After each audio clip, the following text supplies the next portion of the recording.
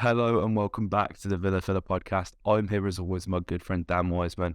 Dan, it's good to have you back, mate. First of all, before we get into it all, tell the viewers how you doing, man. I'm very good, mate. Yes, apologies for not being present at the weekend. Had some family sort of get together to head down to. They live down on the south coast, and it's in that beautiful network of cities that are going to be really handy for some away days down there. Hopefully, that's my first thought. If Southampton do get relegated, that's a bit of a that could be go down like a lead balloon. But yes, no, it was very nice. Thank you, mate. It's very good to see us back at full strength. The full cohort is back. Oh yeah, I was equally disappointed because we won again. And God knows how many times I've sat on this podcast and talked about bloody spineless defeats, and here we are winning. And I can't see it the pots half the time, mate. But no, you did a fine job of holding down the fort, mate. I'm sure everyone will agree. We are living in cloud nine at the moment, mate, and so I couldn't wait to be back on it. Too kind, man. You're too kind. There's plenty to talk about, though. I mean, so much has happened over the past few days in regards to transfers. That will be, we'll have a podcast on that probably out tomorrow or the next day at some point. But don't worry, we've got a bumper filled transfer rumour mill lined up. Obviously, the news broke today about Aston Villa competing in the Premier League Summer Series over in America on the East Coast. This is really exciting, mate, for a number of reasons. One, I'm happy that people like friend of the show, Jack Grims, will get to go and see a Villa in America again on his, side of the East Coast, and it'll prove itself to be a fantastic commercial opportunity. Not the most exciting selection of teams playing a summer series, I must admit, but certainly for all of you American Villa fans that are listening. And all the guys who I met with this time last year, actually, at Football Factory in America, the New York Villa fan club. I'm absolutely buzzing for them guys to have the opportunity to see Villa and play in what at least hopefully will be some competitive games against. I mean, it's not Barcelona, Real Madrid, but playing against fellow Premier League opposition. It's as close as some fans may get to watching Villa play in the Premier League. So, every cloud, I guess, has a silver lining, but I'm really excited for them people, mate. And it's an interesting commercial opportunity as well, right? Yeah, for sure, mate, for sure. So we'll play, looks like we got 3 games out in the States. So we'll play Newcastle out in Philly. We'll then head to Orlando, where we'll play Fulham. And then we have Brentford at FedEx Field in Maryland. So those are our 3 games. We'll head out there alongside Brighton, Brentford, Chelsea, Fulham, and Newcastle. So as you say, it's not exactly a star-studded lineup, but perhaps that's testament to the expansion of the Premier League and the general popularity of the league as a whole. And that, this is still a very exciting prospect that the Premier League are able to take over to the States. And it's always such a joyous experience when you see all these different fan clubs get their first-hand experience with the Villa. As a club, we're usually very receptive in terms of access and getting fans the chance to come and see the players up close and personal, especially at open training sessions and stuff like that. So it will be really exciting, mate. We play at some really cool stadiums, which is always going to be fun. Some huge venues that we're going to be playing in. It should be a really good time, mate. I think it's better as well in terms of perhaps it's a little bit kinder. I don't remember, what was it like? Because we were out in some crazy places this preseason, weren't we? When we played like United and stuff. We had some stuff going down in Australia, and I don't recall watching the games. Maybe I'm wrong, but I think this kind of might be a little bit kinder to us in terms of watching them. I think so, yeah. Not all of the games were shown on AVTV, though, were they? I remember watching them. Yeah. We watched Villa United, me and my dad. Paid like the £5 or whatever it was, and it wasn't brilliant, but I mean, it was better than nothing. And obviously, there were sort of no streams of it because it's not like it was being broadcast on television anywhere. But yeah, hopefully, in terms of time zones, it should be better. Also, if there's any companies out there that want to sponsor Dan and I going up, please let us know. I reckon in the Villa. on stateside on US soil, let us know. It's absolutely typical. I'm off to Orlando in just under 3 weeks now, and obviously Villa are not going to be there when I'm there. Which why would they when the season's on? But it's sod's law, isn't it? Really, mate. It's sod's law. It's, mate. It is. We're not newcomers to a US tour. Obviously, we had 2019, a summer we were both actually out in America, mate. We played Minnesota, didn't we? And there was like a golf day with like JT and Dino and the coaching staff. And that's something we can actually speak about as well. Now, I knew there was something at the top of the pod, mate, that I was like, there's something we need to talk about. Dean Smith. But yeah, so hopefully, as you said, mate, if the club can organise maybe some meet and greets, open training sessions, all that kind of thing, that would be really good for these guys. We saw was it Dubai we went to during the winter break? There was plenty of Villa fans who went over, the Dubai Lions, again, another big fan club. And they got some really interesting opportunities. So interested to see what the activations are like. Interested to see how well received Villa are over in America. And yeah, as I said earlier, if you want to sponsor Dan and I going out there, please let us know.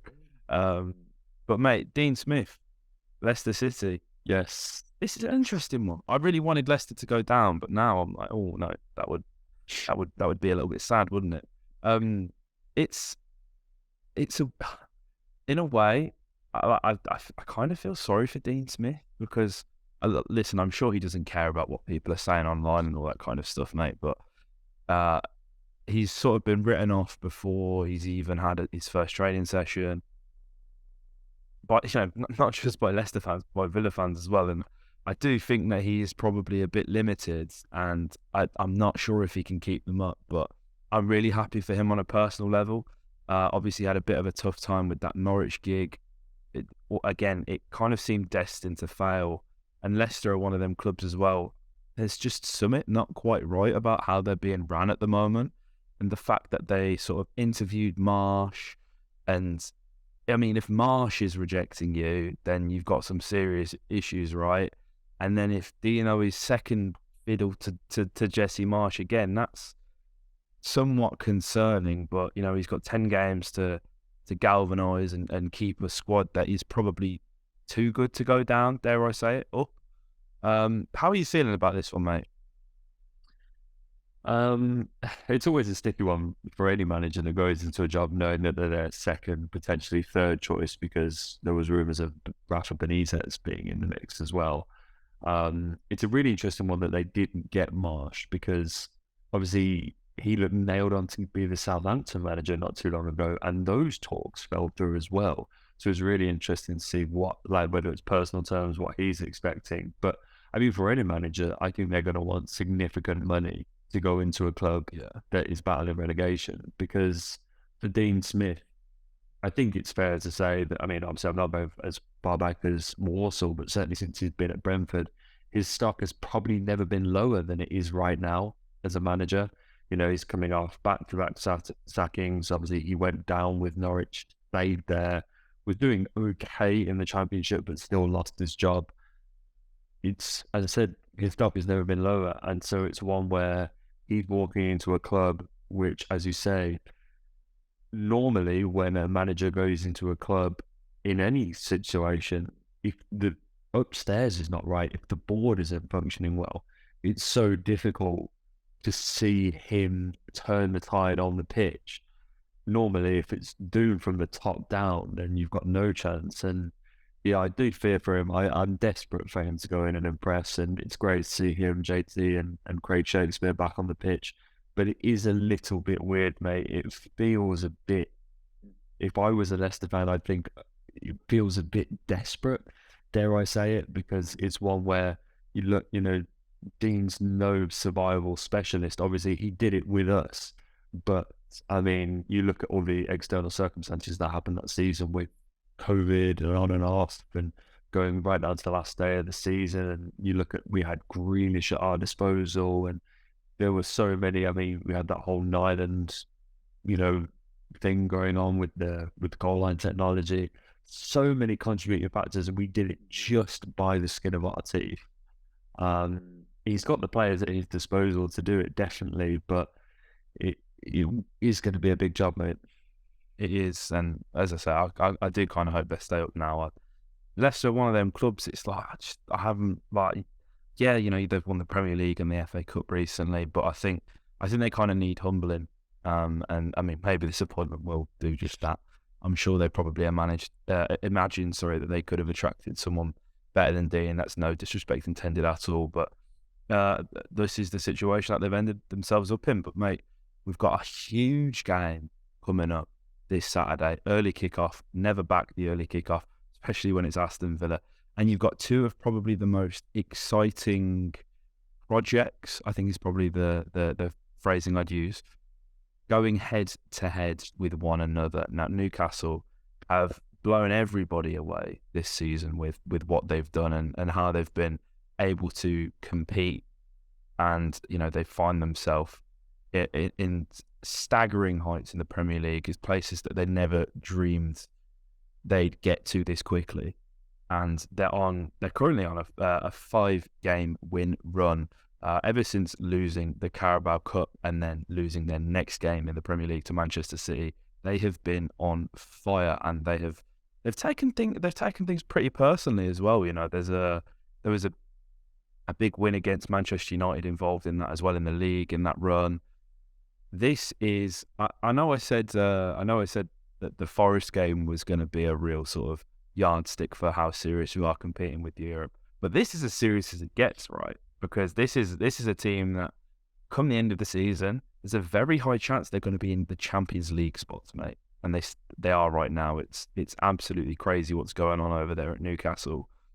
It cannot be understated how difficult this game is going to be for Villa, despite being at home and despite the wonderful record and the fact that we're unbeaten in our last 7 under Unai Emery.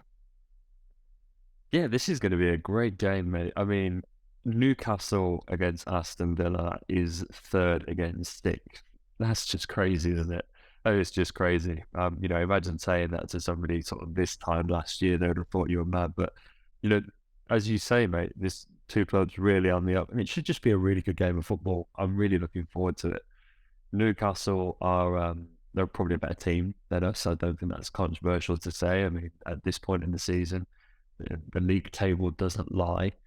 I think Newcastle, as you say, mate, they have impressed and they've picked up some big results. And what we've managed to do under this run under Unai Emery is just, it feels like we've really taken things back to basics, and things aren't crazy and hectic. Unai's just come in and organised and delegated, calmed things down, which is what he's excellent at. He's excellent at these real specific bands of clubs, isn't he? You look at Sevilla, Villarreal, now Aston Villa. Those sort of, obviously no disrespect intended to my own club, but those second tier clubs that are a step down from your PSGs, your Arsenals, where he hasn't had as good a time. He just goes in and he's really level headed, and it's meant that we go into games, we're excellent at managing them. We've got a real knack of scoring early.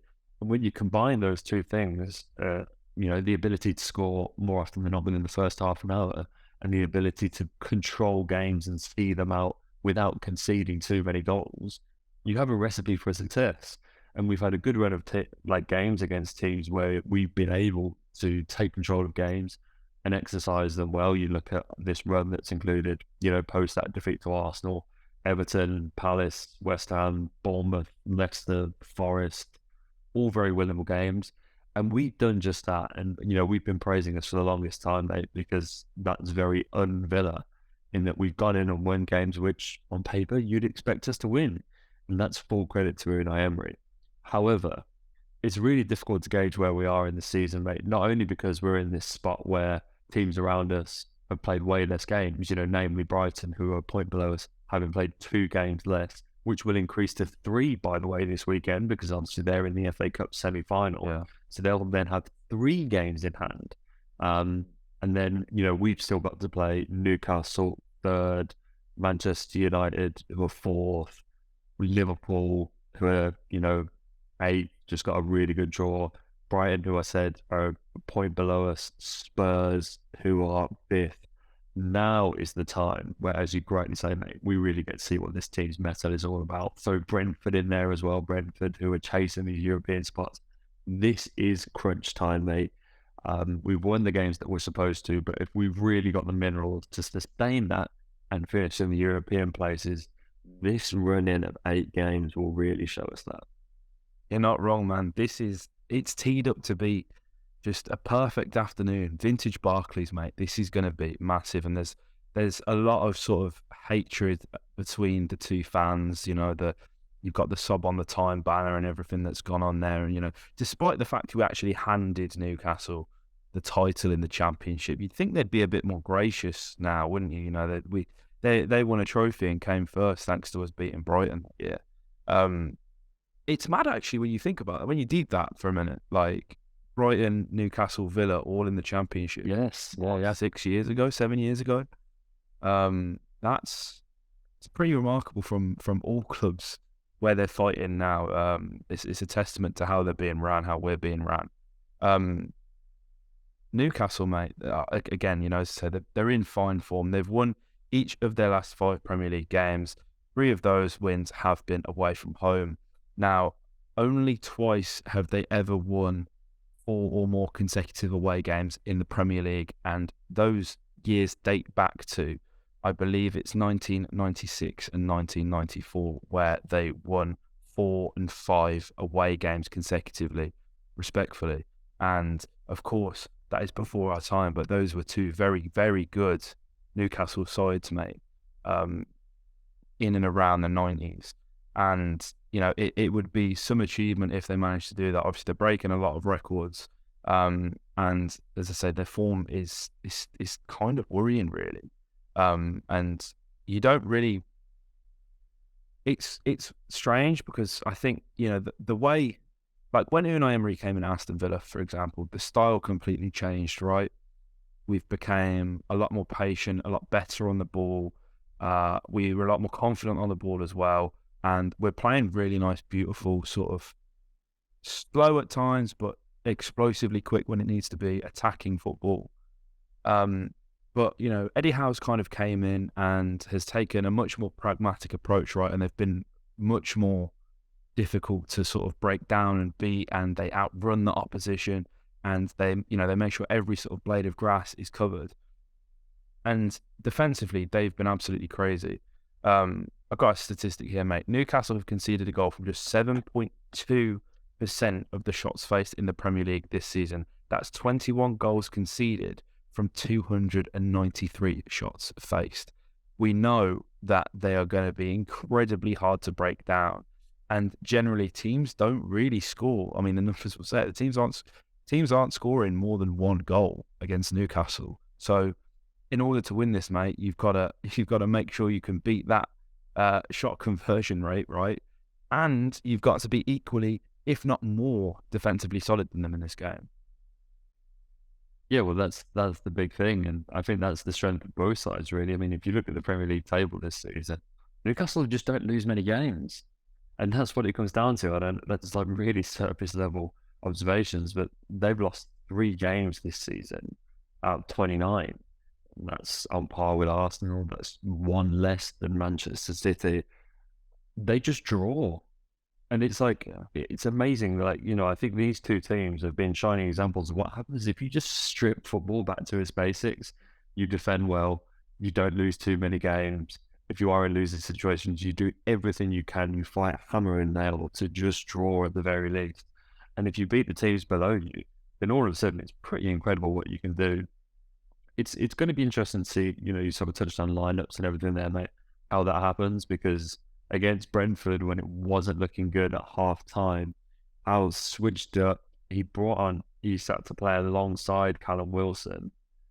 And he doesn't do that very often. Normally it's been one or the other, but it worked really effectively. Isak scored a really nice goal to win it for them in the second half. And so I'm interested to see what he does there. And I think against those 2, that could be really tough. There's a part of me that kind of hopes he goes back to the tried and tested 1 out of the 2, and then switches to them later on, because they did look such a menace when they play up alongside each other. So it's going to be a real test. But you know, you look at how well we handled the attacking threats that Chelsea had, and okay, they weren't being deployed as well as they perhaps could be, but we still did a very good job there. And you know, we kept some good defensive, pretty quiet. But you know, when you go back to the sort of, I'd say honestly, the last two attacks that we faced of this caliber in Arsenal and Man City, the only two teams above Newcastle in the Premier League, we conceded 4 goals and 3 goals respectively. And that was way back in February, and Villa have come a hell of a long way since then. But just to allude back to what you said at the top, mate, this is the real acid test. I do genuinely think that. And it's really difficult. I don't think it's the end of the world. I really don't. If we don't come out this game with another win, I really don't think we can complain. And if it's a defeat, I don't think it's a massive shock. As I sort of said a week ago, we're in this really interesting position where all of a sudden we're kind of expecting something which we have no real right to. Let's be honest, like a few months ago, this run felt impossible as we sat in European competitions. All of a sudden, because we've tasted it, coming out of this season without any kind of European competition would be oddly tough to take. But that's the job that Unai has done. And he has to balance that kind of sense of optimism amongst the fan base too now. Absolutely, man. Absolutely. It's interesting what you say about Isak and Wilson, because thankfully that's not a sort of debate that we will need to have with our lineup. I think, you know, there's players that, you know, maybe you look at Bertie, does Bertie start? But them two have been electric, man. Like, yeah, Wilson always seems to score against us as well. He's just one of them players. He loves scoring against the Villa. And we're going to have to deal with that, and it's going to be interesting because, you know, there's a great possibility we could be without Boubacar Kamara in this game. And while I don't think we've missed him too much, you know, slight asterisk there, in the games that he has sort of been absent recently, this is the kind of game where you're going to need that kind of cover and shielding for the back four, because I sort of noticed in the last game, mate, we didn't really play with like a 6. Dougie was like so far on the pitch. Guinea was so far up the pitch, as was JJ. And, you know, I guess that was just the sort of nature of how the game sort of panned out with Forest, you know, initially looking to contain and sitting so deep and not even playing with a striker. So I guess naturally the midfield is going to sort of gravitate more forward and try and, you know, create some openings. But, you know, I do worry, and Dougie's been brilliant. He's probably been one of, if not the player of the season, in my opinion. I do worry for him maybe without Bouba in this game, just because of how industrious that Newcastle midfield is. That is something that does worry me. That's the thing that sort of gets them over the line, as I mentioned earlier, mate, how hard they work. But Bertie, mate, obviously Bertie's been bloody amazing, right? 2 goals, 2 consecutive Premier League games, both as substitute appearances as well. The last player to score in 3 consecutive substitute appearances for Aston Villa was Julian Joachim in the 2000 season. So, you know, we're out here, there's so many records that we're trying to break, mate, and this could be another one. And you know, it's been really interesting. So many people in the comments have been sort of getting involved in the Bertrand Traoré debate, which is really good. Personally, mate, for me, he's got to start over Leon at this point. He's now scored in 2 games, and they've both proven to be 2 very, very important goals. Obviously, Leon has tweaked his hamstring anyway, so the likelihood of him starting is obviously very slim.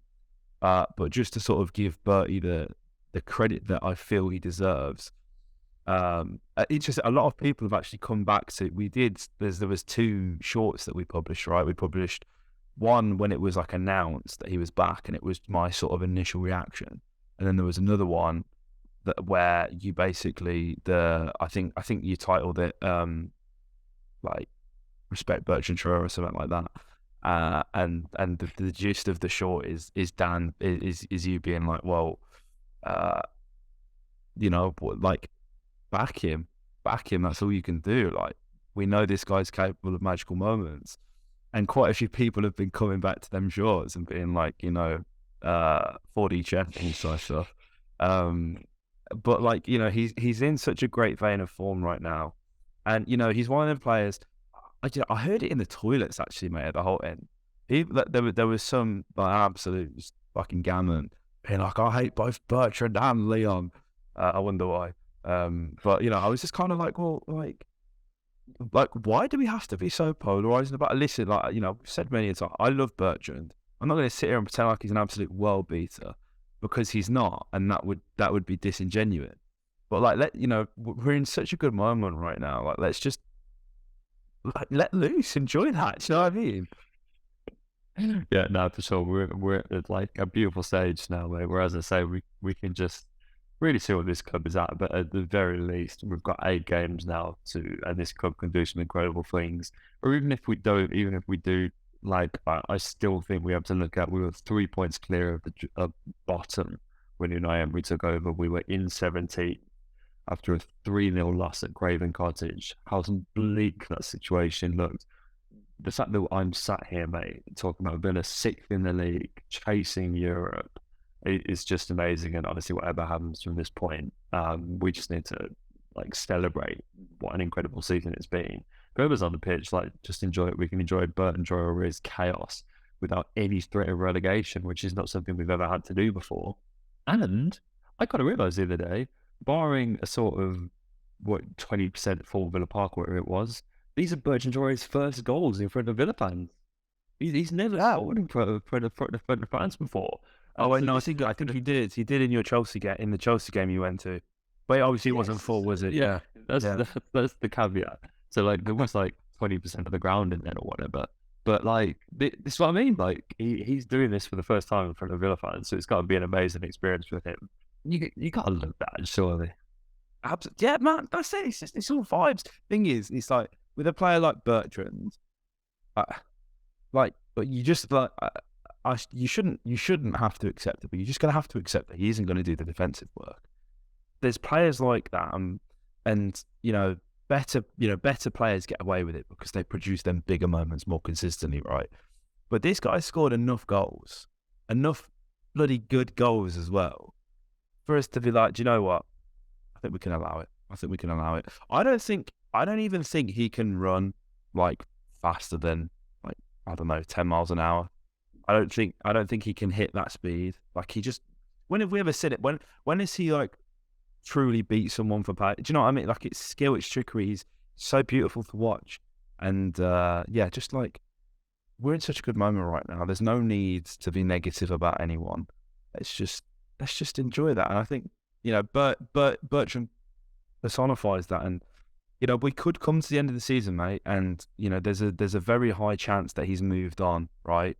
So, as you mentioned the other week, mate, like, if all he does was, score that screamer against Leicester and that's what he's remembered by and Villa managed to scrape Europe, then let's just enjoy that moment, There's a lot of people being like, oh, like, there's always talk about Trez and like, again, like Bertie in this context as well. And people on Twitter are like, let's not rewrite history. But like the facts of the matter are that Trezeguet scored like 6 goals within the space of 10 games during lockdown, and ultimately, whether you like it or not, contributed more than almost everybody else in keeping Villa up, more than Jack Grealish. And again, like I don't think it's rewriting the narrative with Bertrand to be like, this guy has scored some phenomenal goals. Like, let's back him. Do you know what I mean? Like. I think people just need to. I was kind of over. It's really interesting this debate. I was having a conversation with someone the other day about Ali Samatta, and I was like, "Mate, say what you want about Ali Samatta, but he scored in a cup final for Villa at Wembley. Yeah, like how many Villa strikers, Villa legends you can name that never did that? He has that, and he'll always be remembered for that. And like these are the things. You know what I mean? Yeah, you can't take it away. No. That's the thing. It's like, if anything, you'll rewrite in history. I mean, listen, Ali Samatta was tragic. He was, but he owns that moment. Like that's something that he has for us. So yeah, man, you're right. Like you just gotta respect it, really. You just gotta respect it. Now, interestingly, mate, I think I've got one more stat for you. I do. I think I have a few actually. I've enhanced my screen. I can't see all the screen. I've mugged myself off. God, this is bad. Right, here it is. So this is also like a huge testament to Unai Emery. Villa have scored in every single one of the 17 games since Unai Emery's appointment. That is absolutely crazy. Only 2 managers have ever seen their team score in each of their first 18 matches in charge in the Premier League, and that is Mike Walker at Norwich in 1992 and Don Carlo Ancelotti in 2009 with Chelsea. So, up there with some footballing royalty and Carlo Ancelotti. That's mad. That is absolutely mad. And it's, there's so many times we've gone into games and we've both said, there's no way we're scoring in this. Like, we don't look like we can buy a goal. So the fact that we're now at a point where we're, again, another record that Unai's about to break, absolutely amazing, man. Absolutely amazing. And I'm looking and I can see that we've got 3 minutes left on the Zoom, so we're going to have to wrap it up here. Score predictions before we go, mate. I'm going to say it's going to be 1-1. I think I will be happy at full time with that. You took it straight out of my mouth, mate. You took it straight out of my mouth. Yeah, I think our winning run will come to an end in this one. I would say 1-1, but just to be different for the sake of the podcast, I'll, as I did with the Chelsea game, I was wrong. I went with a Desmond. We did score 2 goals. They didn't score 2 though. So let's hope the same happens in this one. I'd absolutely take that, mate. I would absolutely take that. Guys, you know the drill right now. TikTok, Instagram, at Heart of the Holte on TikTok, at VillaPod on Instagram. Really appreciate if you guys followed the Instagram. Like, there's just no growth on there whatsoever. TikTok, you guys have been moving mad, but Instagram, it is at VillaPod. Subscribe if you haven't already. Shirt giveaway will happen soon when we get the first ad payment, since we've got ads back. So don't worry, we've not forgotten about that. That giveaway will be sorted soon. Subscribe if you haven't already. If you listen to Apple, Spotify, make sure you follow, share, leave a review, all that important stuff. And we'll be back tomorrow for Transfer Rumour episode. So like, comment, subscribe, and